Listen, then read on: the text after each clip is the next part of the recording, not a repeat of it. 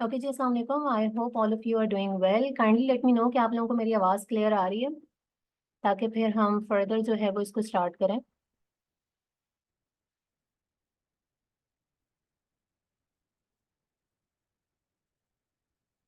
Okay, thank you so much.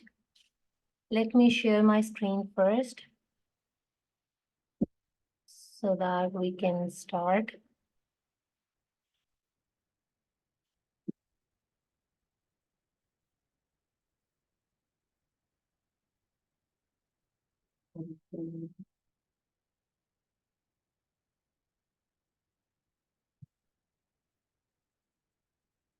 Okay ji, so kindly let me know कि आप लोगों को स्क्रीन शो हो रही है। ठीक हो ठीक हो गया। लेक्चर स्टार्ट करते हैं। Just give me 1 minute.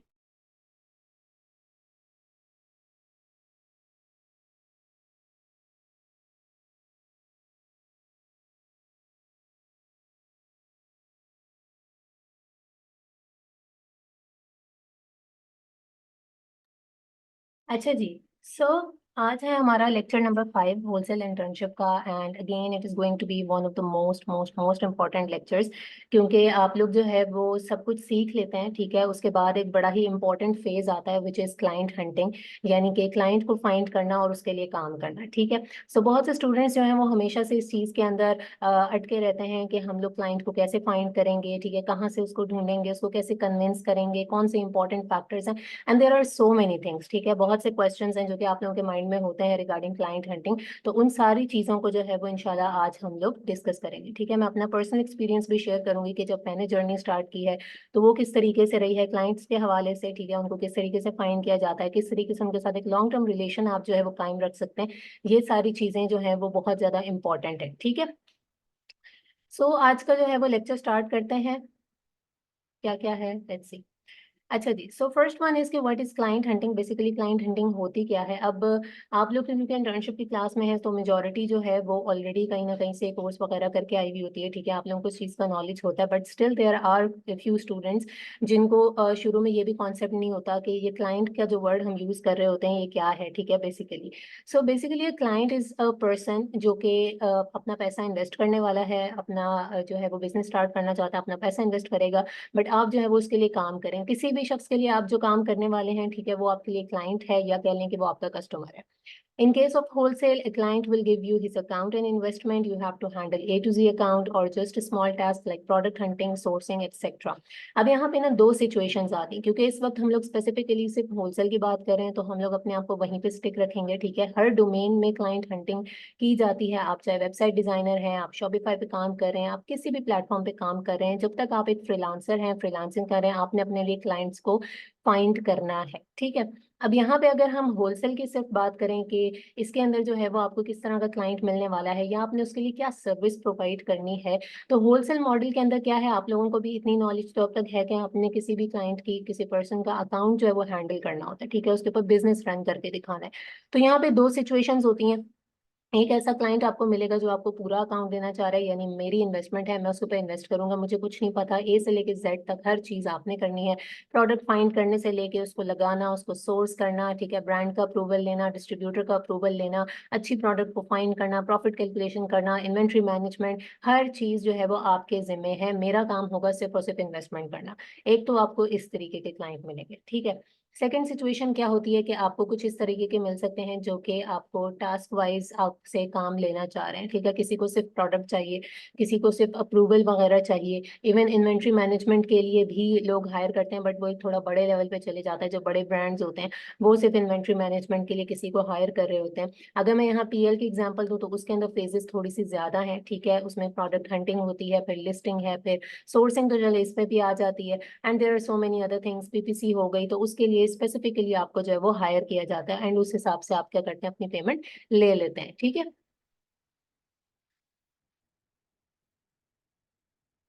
अच्छा, ये जो कह रहे हैं ना कि आवाज कट हो रही है, तो नहीं, आपको जो है ना वो अपना इंटरनेट देखना पड़ेगा। आई थिंक बाकियों को आ रही है, बाकियों को आ रही है आवाज।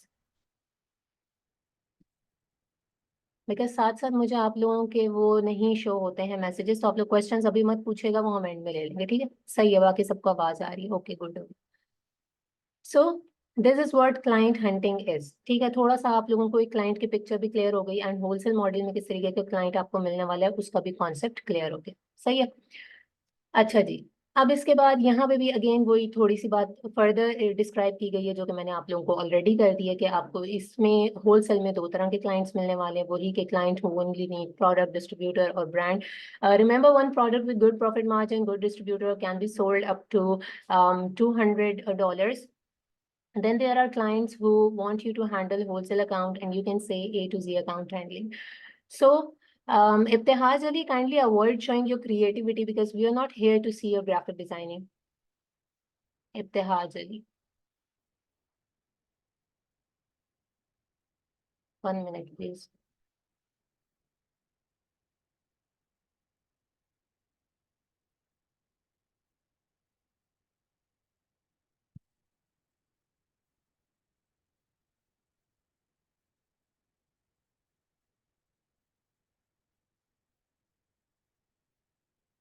Okay. अच्छा जी, so यहाँ पे बात हो रही थी कि आपको दो तरह के क्लाइंट्स मिलने वाले हैं। अब यहाँ पे मैं एक और मिसकंसेप्शन आप लोगों का क्लियर कर देती हूँ जो अब आ गया है, विच इज के हम जो है वो इसके अंदर प्रोडक्ट सेलिंग किस तरीके से करेंगे या क्या कर सकते हैं या नहीं कर सकते। ठीक है, अब इससे पहले आप लोग तो बैच 7 के हैं। We already taught like around 6 batches, उसके अंदर मैंने काफ़ी सारे लेक्चर्स दिए हैं। ठीक है, उसमें भी फ्रॉम डे 1 मैंने स्टूडेंट्स को ये बात बताई है कि आप इसके अंदर प्रोडक्ट सेल करके भी अर्निंग कर सकते हैं। अगेन, जब लास्ट टाइम भी आप लोगों के साथ मेरा लेक्चर हुआ था, I already told you this thing कि हम लोग सिर्फ वो चीज़ बताते हैं जो कि हमने प्रैक्टिकली की भी होती है। ठीक है, मैंने पर्सनली जब अपना ये काम स्टार्ट किया था आज से 3.5 साल पहले, तो मेरी जो शुरू की अर्निंग हुई थी वो प्रोडक्ट सेलिंग से ही हुई थी। ठीक है, उस वक्त मेरे पास कोई क्लाइंट नहीं था, मैंने प्रोडक्ट सेल करके ही वहां से अर्न किया था। सो आप लोग इसके अंदर जो है वो प्रोडक्ट्स भी सेल कर सकते हैं एंड उससे भी अच्छी अर्निंग कर सकते हैं। अगेन, ये अमाउंट जो है वो बड़ा एक सब्जेक्टिव सा क्वेश्चन है, आपकी म्यूचुअल कमिटमेंट के ऊपर होता है कि आप अपनी कितनी अच्छी प्रोडक्ट किसी को सेल कर रहे हैं और उसके हिसाब से आप उसका क्या रेट रखते हैं। सही है। And second thing is again कि आपको वो वाले क्लाइंट्स मिलते हैं जिनका आपने कंप्लीट अकाउंट हैंडल करना है। देन आ जाते हैं salary versus percentage. Wholesale model में जब हम बात करते हैं अमेजॉन एफबीए होलसेल की, तो एक बड़ा ही इंपॉर्टेंट कॉन्सेप्ट कह लें, बड़ी एक इंपॉर्टेंट टर्मिनोलॉजी है सैलरी वर्सेस परसेंटेज, यानी सैलरी और परसेंटेज। और आप लोगों ने ये वर्ड जो है वो यूजुअली सुना भी होगा। आवाज नहीं आ रही।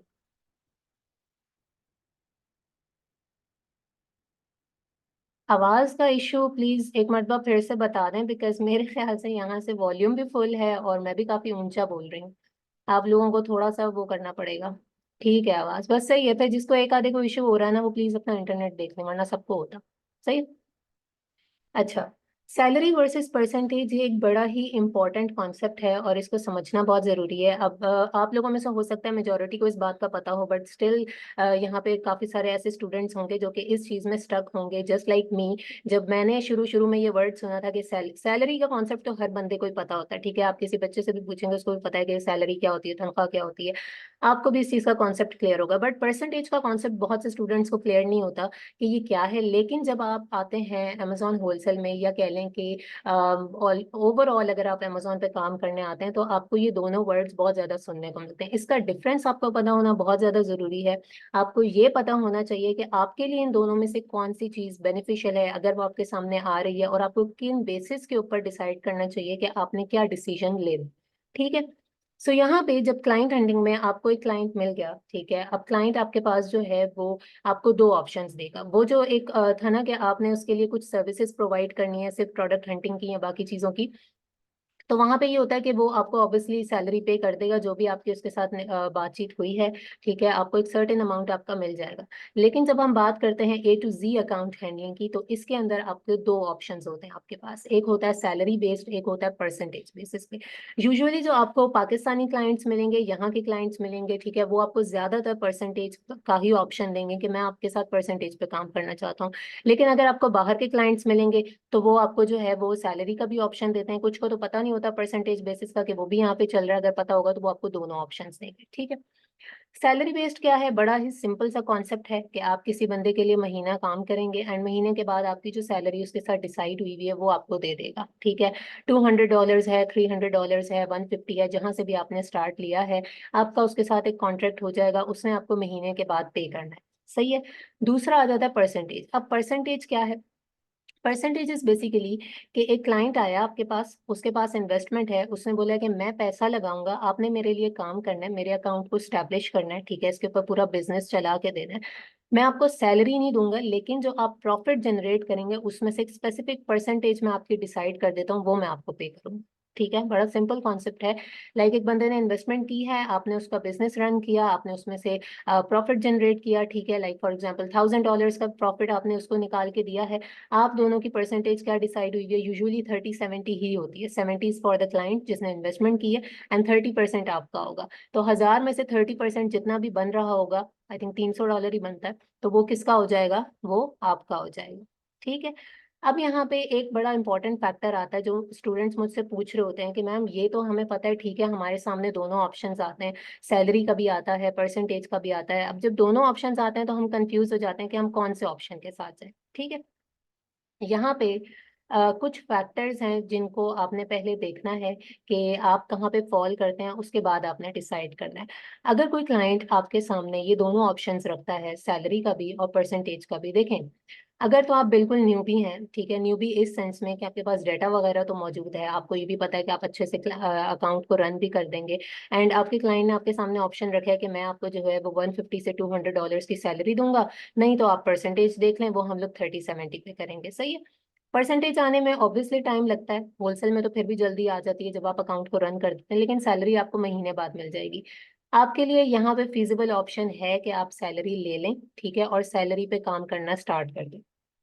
दूसरी चीज आती है, एंड अगेन अगर आप बिल्कुल फ्रेश ही हैं, ठीक है, और आपके पास कोई क्लाइंट आता है, वो आपको सैलरी का ऑप्शन नहीं दे रहा, परसेंटेज का दे रहा है, तो आपने उसको भी अवेल कर लेना है। मैंने बहुत से स्टूडेंट्स देखे हैं, उनके माइंड में ये होता है कि परसेंटेज पता नहीं कब आएगी कब नहीं आएगी, तो वो हिचकिचा रहे होते हैं, वो अपॉर्चुनिटी को अवेल नहीं करते, लेकिन आपने लाजमी कर लेनी है अगर आपके पास आ रहा है, ठीक है। एटलीस्ट आपका हैंड्स ऑन हो जाएगा, आपका एक्सपीरियंस हो जाएगा, और अगर क्लाइंट को आपने सही जज किया हुआ, सही आपको क्लाइंट मिला, तो आपकी अर्निंग भी हो जाएगी।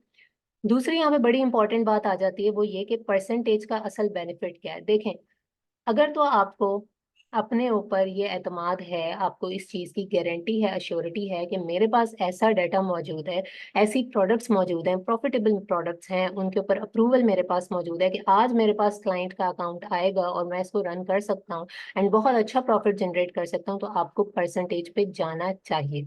क्यों? क्योंकि देखें, आप सैलरी पे ना एक सर्टेन अमाउंट पे स्टक रहेंगे। आप $150 या $200, ज्यादा से ज्यादा 250 तक कोई चला जाएगा, ठीक है, $250 उसने आपको सैलरी दी है, बट आपको पता है जो आपकी प्रोडक्ट है अगर वो चल जाएगी या वो चलनी ही चलनी है, और उसके ऊपर जो आपका एक शेयर बनता है 30%, वो कोई $500-600 तक जा सकता है, तो ऑब्वियसली आपको परसेंटेज ही बेनिफिट देगी। एंड जो लोग काफी अरसे से काम कर रहे होते हैं, ठीक है, जिनको पता होता है, उनको एक आइडिया होता है कि वो मंथली कितना रेवेन्यू निकाल सकते हैं, तो वो कभी भी छोटी सी सैलरी पे नहीं जाते, वो परसेंटेज के ऊपर जा रहे होते हैं, ठीक है। So again it all depends upon you, आपको अपने बारे में ज्यादा पता है कि आप कहाँ पे फॉल कर रहे हैं, आपके पास किस तरह का डाटा मौजूद है, उसकी बेसिस पे आपने क्या करना है कि ये वाला डिसीजन लेना है, ठीक है। काफी डिटेल में मैंने एक्सप्लेन कर दिया, मुझे बताएं कि आप लोगों को ये चीज समझ में आ गई, फिर इसके बाद मूव करेंगे आगे। हम्म, आगे समझ, ठीक है, ठीक है, ठीक है, इट वॉज गुड, ठीक है, सब ताहिर भी कह रही है समझ में आ गया, ओके ओके, सही है। अच्छा जी, so I had the same question, yes, this was a very very very important concept. तो ये यहाँ तक जो है वो आपके पास डन हो जाता है कि सैलरी क्या होती है और परसेंटेज क्या होती है और आपको इसमें से क्या चूज करना चाहिए, सही है। अब ये थे कुछ क्लाइंट हंटिंग के, कह लें कि प्री रिक्विजिट्स, कह लें नॉट प्री रिक्विजिट्स, बेसिकली वो आगे आएंगे, बट कुछ इंपॉर्टेंट पॉइंट्स जिनका आपको पहले से पता होना जरूरी है, बजाय इसके कि आप किसी के सामने जाके स्टक हो जाए।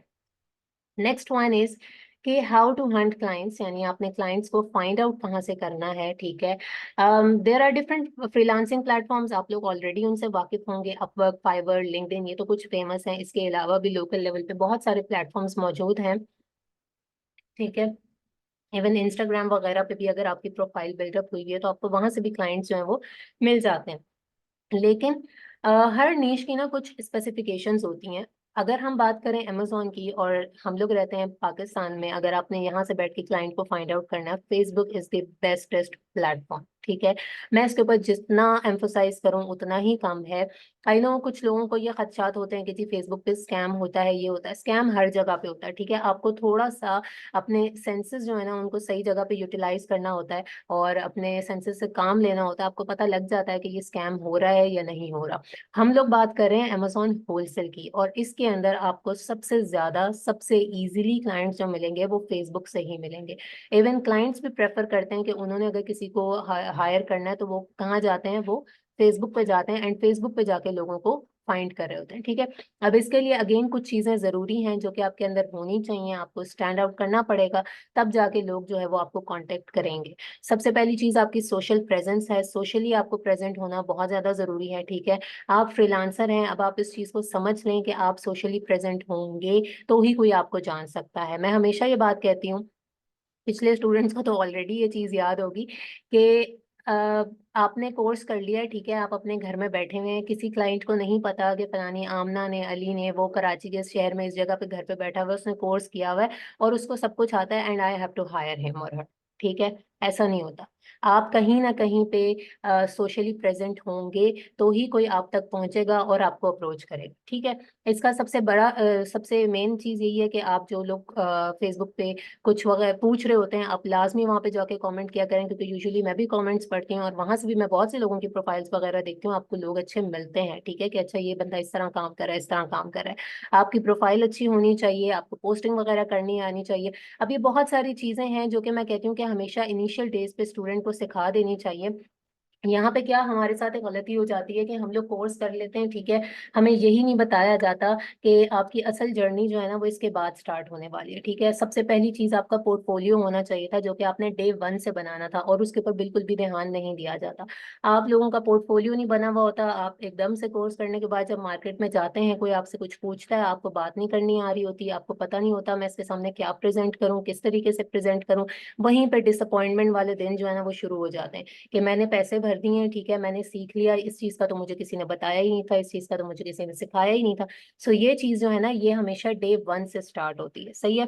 और अगेन इसमें मैं भी यही बोलती हूँ कि तो कुछ हद तक ठीक है, कुछ लोग होते हैं जो चीजों को जल्दी पिक कर लेते हैं, उन्हें पता होता है कि उनके लिए क्या चीज बेस्ट है, बट बाकी सारे स्टूडेंट्स को ये चीजें बतानी पड़ती हैं, सिखानी पड़ती है। ठीक है, सो यहाँ पे फॉल्ट ज्यादा उनका ही है जिन्होंने इन चीजों को आपको सिखाया नहीं होता या आपको बताया नहीं होता। ठीक है, मैं हमेशा एक बात बोलती हूँ कि जो बंदा यहाँ पे बैठ के इस साइड की सीट पे बैठ के आपको ये बता रहा होता है ना कि आपका जो मेंटोर होता है, लिटरली मैं बताऊं उसको हर चीज के बारे में पता है, सही है।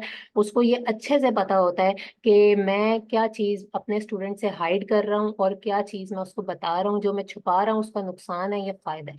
सीरियसली मुझे यहाँ पे बहुत सी बातें पता है कि मैं अगर आपसे वो छुपा रही हूँ तो वो आपको आगे जाके बहुत ज्यादा नुकसान देने वाली है, सही है। जो भी मैं कह रही हूँ ना कि पोर्टफोलियो बनाना बहुत ज्यादा जरूरी होता है, ये डे वन से बनाना पड़ता है।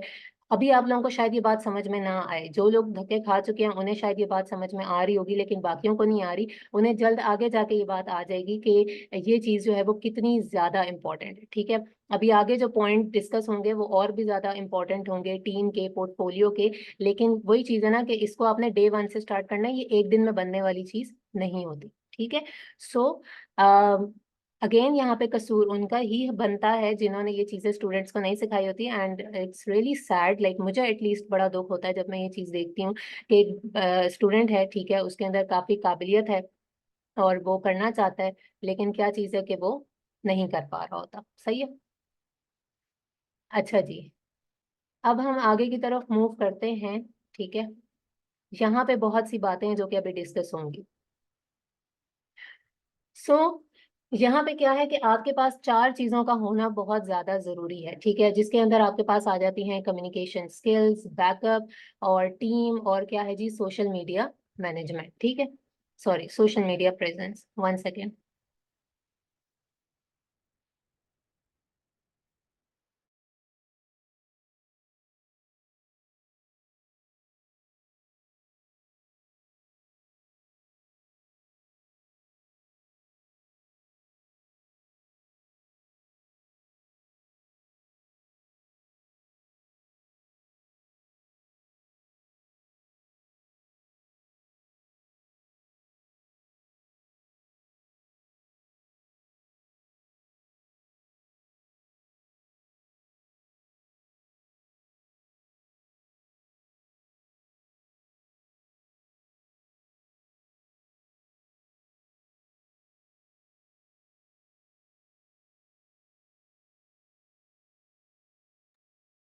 अच्छा,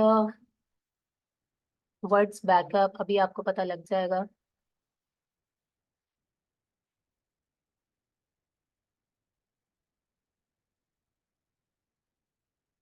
आवाज नहीं आ रही, मैं खुद म्यूट हुई थी। ठीक है। अच्छा जी, सो यहाँ पे आ जाती हैं चार इंपॉर्टेंट चीजें जो कि आप लोगों के पास होनी बहुत ज्यादा जरूरी है। सबसे पहले कम्युनिकेशन स्किल्स हैं, उसके बाद है बैकअप, उसके बाद है टीम, और उसके बाद है social media presence. Social media presence तो मैंने पहले भी बोली है, बट कम्युनिकेशन स्किल्स होना बहुत बहुत बहुत ज्यादा जरूरी है। ठीक है। हम यहाँ पे सब चीजें सीख लेते हैं, लेकिन हमें किसी के सामने डिलीवर नहीं करनी आ रही होती, प्रेजेंट नहीं करनी आ रही होती। ठीक है, यहीं पे वो चीज भी फॉल कर जाती है कि प्रेजेंट करने से पहले आपके पास पोर्टफोलियो वगैरह होता है, तो आप ज्यादा अच्छे तरीके से प्रेजेंट कर सकते हैं। इसलिए कम्युनिकेशन स्किल्स के ऊपर जो है ना, वो आपने लाजमी लाजमी लाजमी काम करना है। आपको इसके ऊपर बहुत अच्छी वीडियोस वगैरह भी मिल जाएंगी, कुछ तो मैंने भी स्टूडेंट्स के लिए बना के डाली थी, तो आप लोग उनको देख सकते हैं। ठीक है।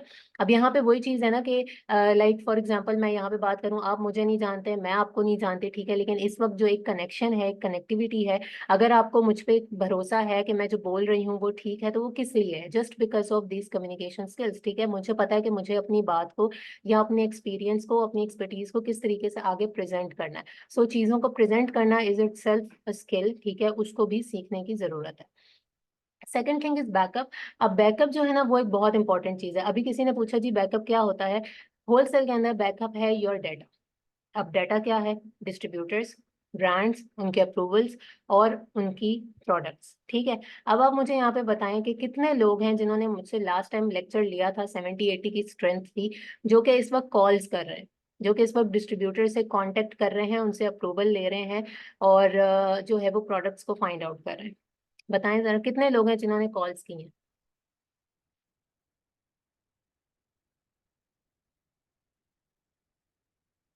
जल्दी बताएं।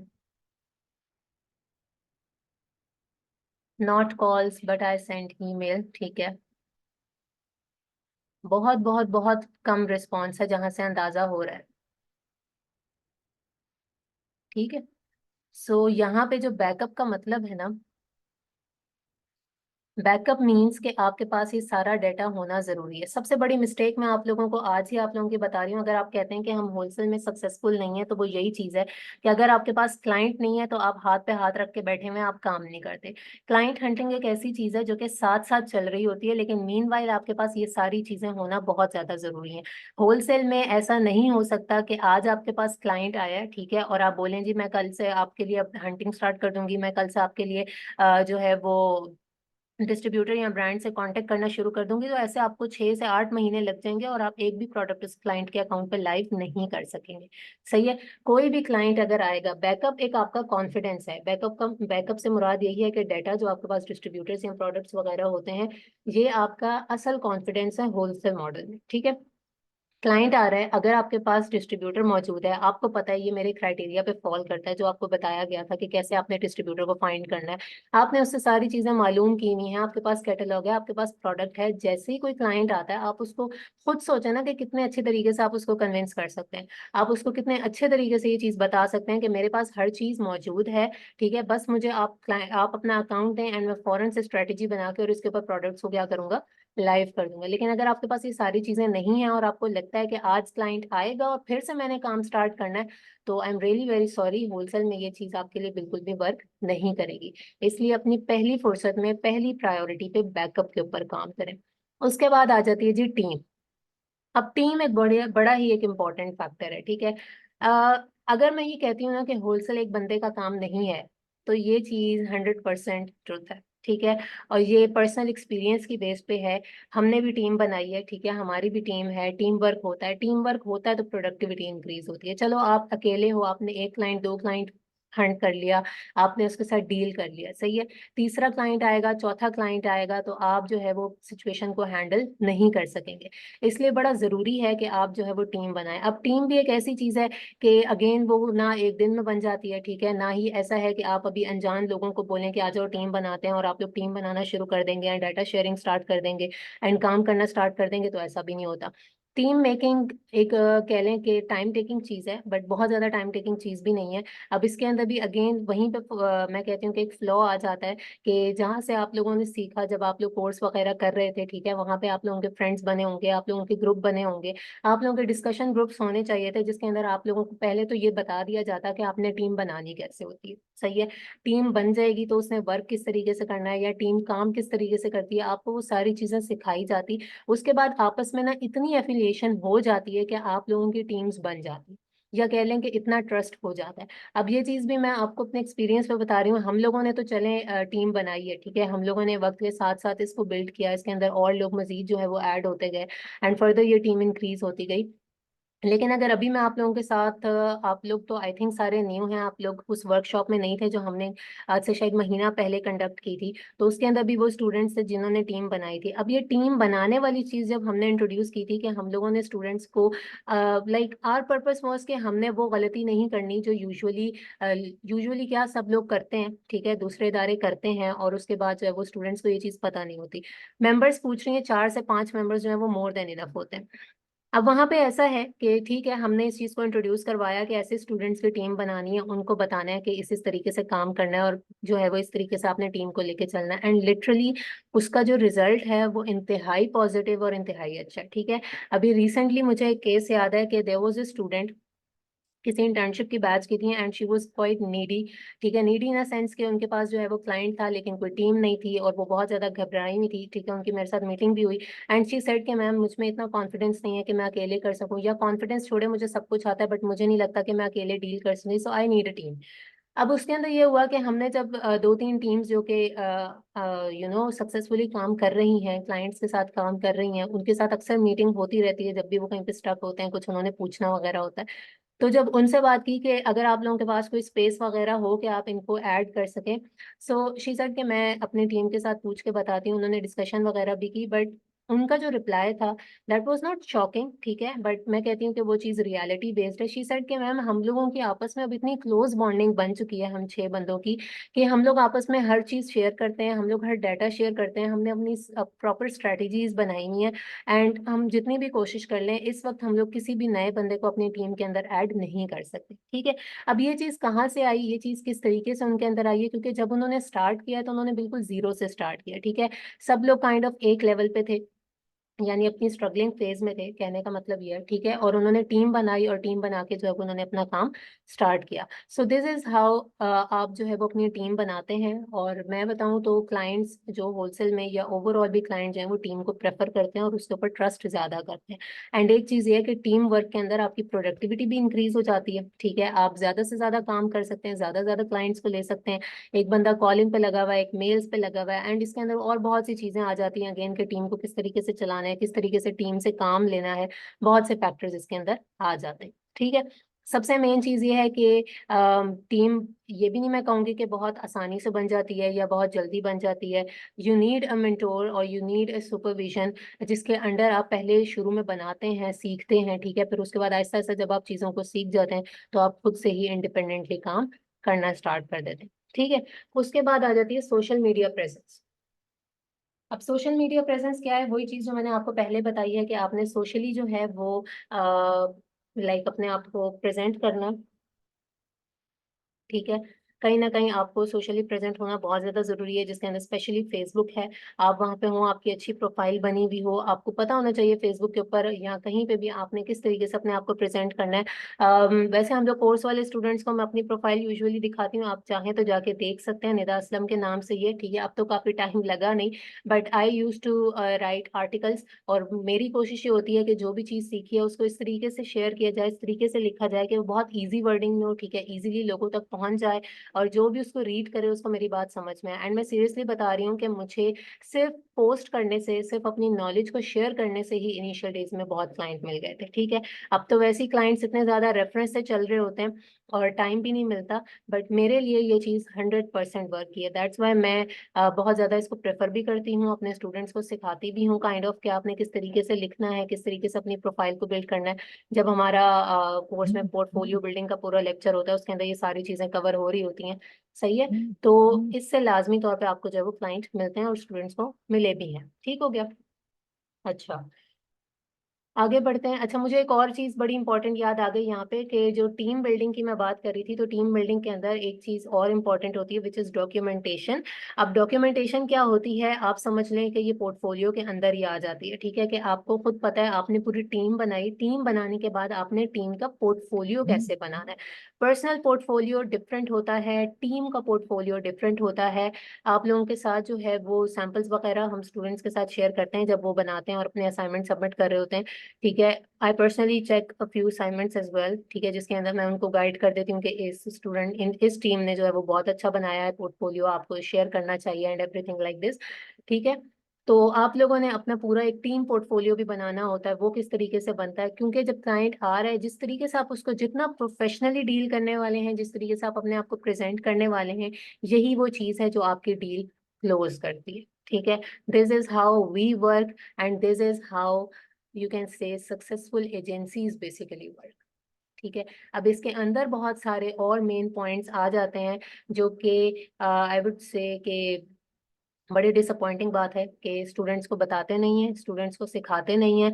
And these are some of the factors, ठीक है, जिस या कह लें some of the main factors, जिसकी वजह से आप लोग सक्सेसफुल नहीं हो पाते। आपको प्रोडक्ट हंटिंग आ जाएगी, वो चलती रहेगी, जितना करते जाएंगे उसमें आप एक्सपीरियंस्ड होते जाएंगे, होते जाएंगे, होते जाएंगे। ठीक है, कॉल्स करना शुरू करेंगे, उसमें भी एक्सपर्टीज आ जाएंगी, ब्रांड को मेल करना शुरू करेंगे, आपको शीट्स बनानी आ जाएंगी, सब कुछ आ जाएगा। लेकिन उसके बावजूद भी ये चीजें नहीं सीखी, तो आपको ना क्लाइंट मिलना है, ना आपने उसके साथ काम करना। सही है, आपको यही नहीं पता कि आप क्लाइंट को फाइंड कहाँ से करेंगे, जब आप कहीं क्लाइंट को दिखेंगे ही नहीं, आपको पता ही नहीं है मुझे किस तरीके से 100, एक बंदा कमेंट करता है मुझे वीए चाहिए, नीचे 250 बंदा होता है, आप उसमें कैसे स्टैंड आउट करेंगे? क्या वो उस बंदे के पास इतना टाइम होता है कि वो 250 कमेंट्स रीड करेगा? आपको ऐसे स्टैंड आउट करना है कि उन 250 में से भी वो बंदा सिर्फ आपको चूज करे और आपके डीएम में आके आपको अप्रोच करे। ठीक है, आपकी ये अप्रोच होनी चाहिए। अच्छा जी, आगे मूव करते हैं। अच्छा, बेसिकली वी हैव 2 मिनट्स, ठीक है, सो डोंट वरी, अगर जो है वो अभी ये मीटिंग एंड होगी तो मैं आपके साथ नेक्स्ट लिंक शेयर करूंगी, एंड जितने भी क्वेश्चंस हैं वो सारे मैं उसके अंदर ले लूंगी। ठीक है,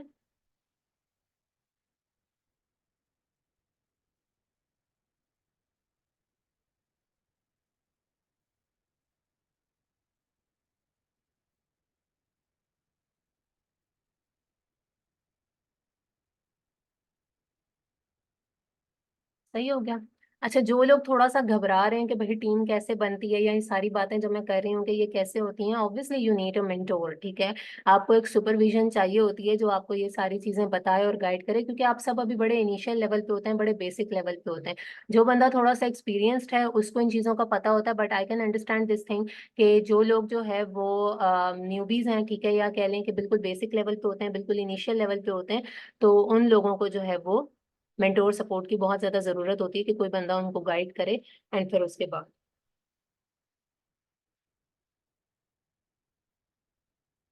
अभी मैं आप लोगों के क्वेश्चन आंसर्स डिटेल में ले लूंगी। ठीक है, you can join the next link, जो कि अभी आएगा।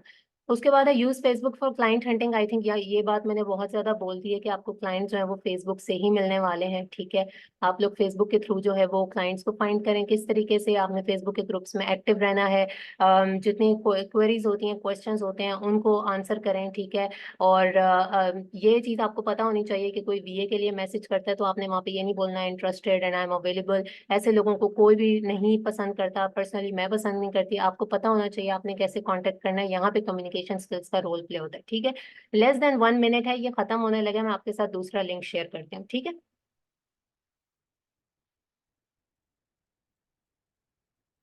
मैम कोर्स में टीम बनाई जाएगी, ऑब्वियसली बनाई जाएगी।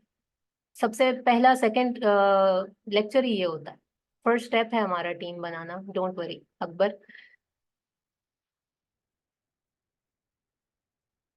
ठीक हो गया, I will share the second link with you.